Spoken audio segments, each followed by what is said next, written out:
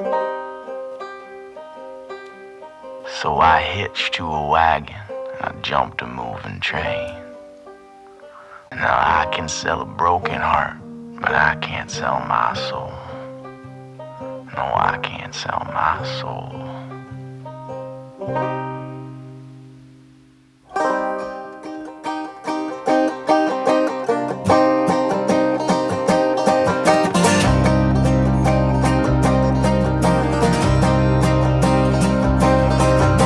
I took to a calling that I used to scoff and laugh. But what good are these fingers if not for a craft, boys? If you stay here long enough, you can watch a man collapse. You can watch a man collapse. Market garden is like a high intensive kind of productive space for going and selling to market. A lot of crops in a small space, high turnover, bio-intensive they could call it. It's not like field scale is the other terminology for growing, like field scale potatoes or field scale cabbage or something like that. Very productive per square meter market gardens, but a lot of labour. So yeah, this is our compost, which we buy in from a professional composting site. It's got cow manure, seaweed and wood chip and like green waste, and it's properly composted, heat treated so there's no weed seeds, and then it's sieved so it's really nice and fine compost. So yeah, it's really good stuff, and then yeah, we plant straight into that. It's nice to think that we're making the soil better every time we do it. We put the wood chip down the sides, which is adding fertility, but it's mainly to stop weeds. But again, it's another method of adding fertility to the garden. There's a tool called a broad fork, which is a big wide fork that we use to aerate and let moisture and water flow down, but we never lift the soil or turn it over. So we use the broad fork first, and then we just apply good compost. So there's no machinery, we do no tilling or no digging. It's a system of basically applying lots of really good compost. That's our main thing, that it's a no-dig farm. That's probably the biggest difference. No-dig is basically, yeah, the research shows it's the best way. It's very hard to do regenerative market gardening or horticulture because of the constant extraction of crops all the time. But this is the only real way of making sure that you're really looking after the soil by not having bare ground, always covering up with compost and adding lots of organic matter all the time. It's a lot of labour, but the idea is that you're building a lot of biology in the soil, and then you don't have to do as much work with digging. You're getting less and less weeds because you're constantly suppressing the weed seed bank every time you're applying more and more compost. And yeah, people who have been practicing no-dig for a long time have really deep, beautiful soil, very little weeds, becomes very easy, and it's just more of a maintenance of topping up your compost. Now we're only our second year in, so we're still applying a huge amount of compost to get our beds right. But yeah, it's a lot of labour, but the long term is really healthy soil, and we're not rotavating or ploughing or any of these things that are, you know, quite damaging for the soil structure. And yeah, it's about a 1.8 acre field, good access to the road, got shelter, and it's a really nice dry field.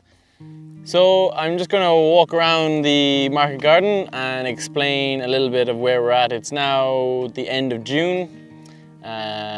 We started the market garden this year outside from these beds, and we started planting this way, and then we came back this way, and then we started over there in that last section. So I'll just run you through kind of what crops we have, and now a lot of beds are going into like what we call into the next turnover, where one crop is out and new one's going in.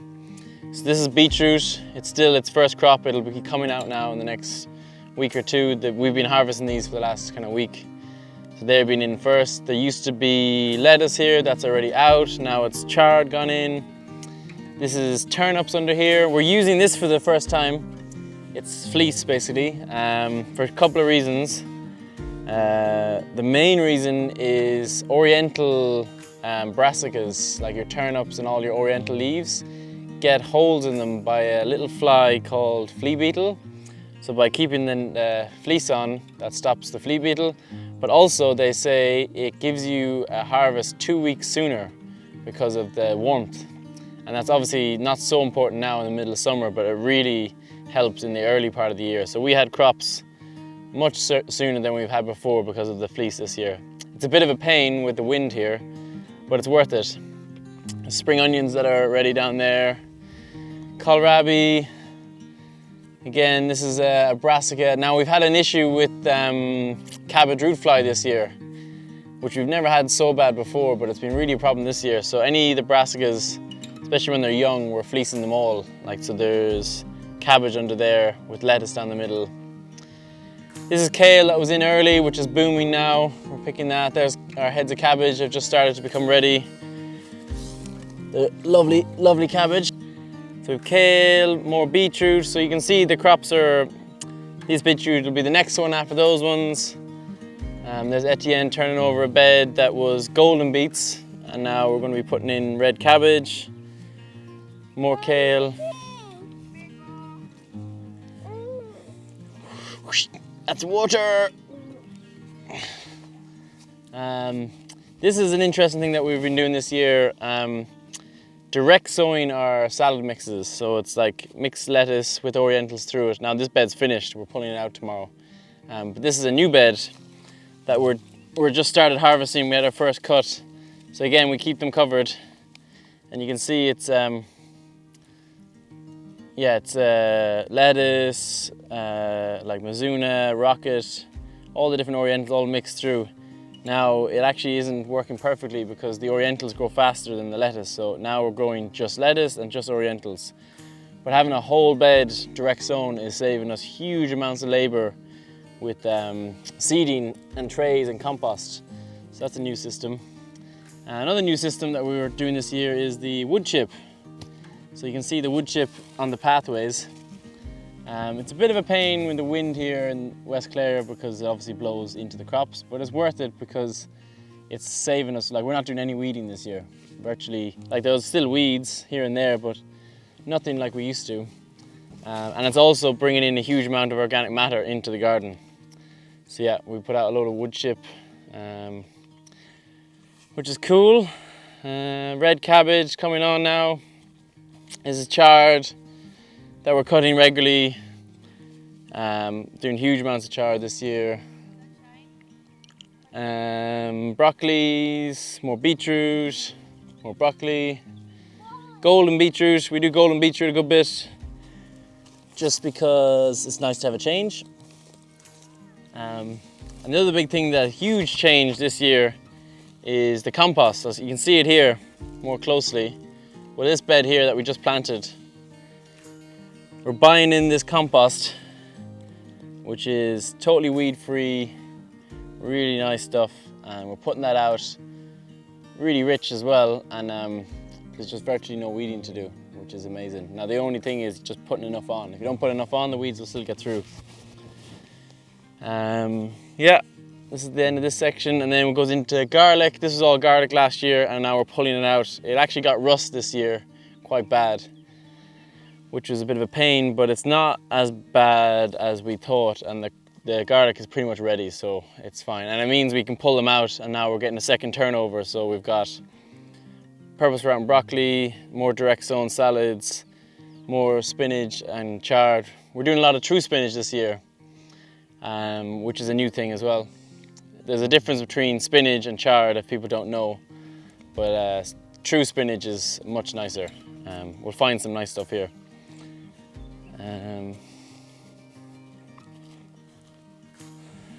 Yeah, so we had a problem with the cabbage root fly, like I was saying, so it's ended up giving us quite a few gaps in our brassicas. So I've stuck in some true spinach, which is this is the kind of spinach that you get, you know, baby leaf spinach, but it's lovely. And most people say it's a pain to grow and it's not worth it, but actually we find it's totally worth it, and it's been great. So that's a new thing that we're growing. And another new thing that we're doing this year that we've never done before is growing lots of herbs and flowers. This is all Dunya's department. So yeah, there's multiple reasons for it. Obviously flowers, everyone loves flowers and we're selling them. But you can see there's bees in them all, and just over the tunnel here behind us is a beehive. So the bees come out over the tunnel and they come straight into a lovely mix of flowers to forage from, and you can see there's bumblebees there. So that's our first bed, and it's nice, you come into the garden and it's the first thing you see. Where else did we go? This was our farm gathering main tunnel where we had our kind of music festival last year, our gathering.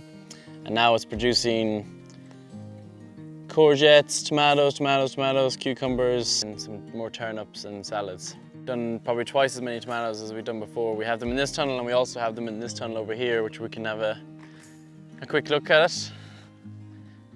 There's 2 more beds of tomatoes, more courgettes, peas and French beans, and then loads of basil, more spring onions and salad down that end as well. Yeah, our second year down here, so there's still a lot of infrastructure going in, and what we've done this year is we've got an insulated container as our cool room, which is a huge, amazing new asset. So having a room that's specifically designed for keeping all our crops nice and cool. So this is the new kind of packing wash station. So crops come in from the field, come down here, get sorted, get washed if they need to, get weighed, and then go straight into the cooler room. And that's a really simple, clean system. Now the place has only just been set up and it's not finished, and there's more tables and a door going in here, and there's different things to happen, but it's in process. And a big thing that we've had to get much better at is having a lot more traceability, because we are now selling to a lot more restaurants, and once you're selling to the public, you now have to have all traceability back with your produce, which is trickier, but it's actually been really good because it makes us a lot more on top of our records, and we know how much we're planting and where, and getting a lot more data on yield per bed and all that stuff. So that's been really interesting, and the interns have been great with taking that on board and really wanting to do it well. So we've now got a really nice clean system of, we put our planting up on one board and we put our harvesting on another board, and at the end of the week we just take a photo, and then that photo is our record. So it's a really nice, simple way to catch all our records.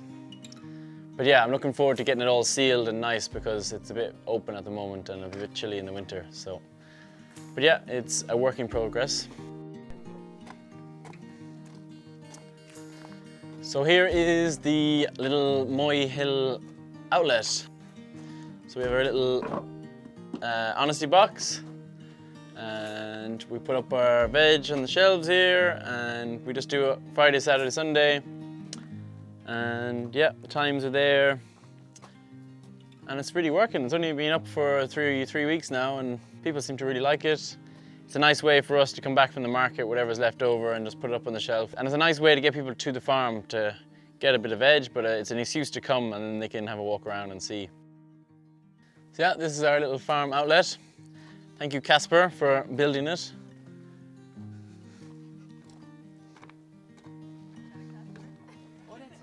Quick, oh, and there's Casper. Oh, look who it is.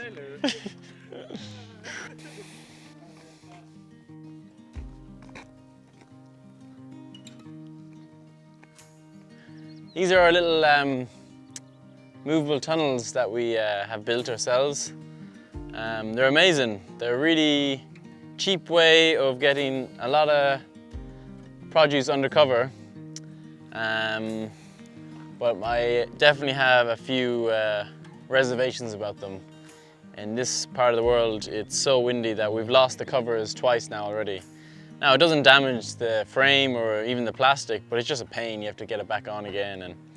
But they are a really great way. Like, these are 120 feet long beds, four beds in there, and you can get a lot of produce.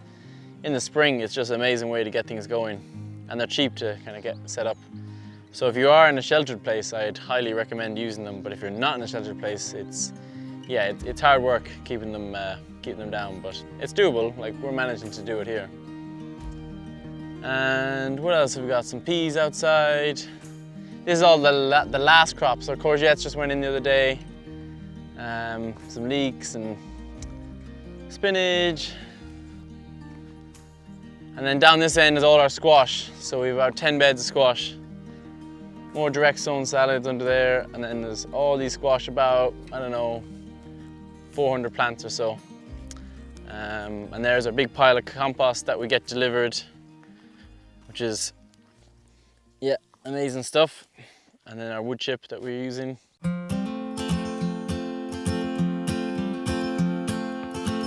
This is the real hub. This is where all our produce is really churning out at the moment. It's really productive for its size. Really happy how it's going. We've got an amazing team here of 5 interns, and they're here right from the start of the season right until October. And it's the first year we've had such kind of committed people on board, and yeah, they're amazing. They're managing the bottom garden. This is the intensive kind of production side of the farm where we're really churning out a lot of veg, and that's their department. And yeah, they're in about 6 weeks now, and they're really knowing their stuff, which is amazing, and it takes a lot of weight off me. And then we have the other top farm, which is the more simple crops, the slower growing crops like potatoes and onions, and that's where the volunteers come once a week. Yeah, that was a little walk around this market garden down the bottom here, and I'm really excited to bring you around to loads of other aspects of the farm. Look around at this paper towel.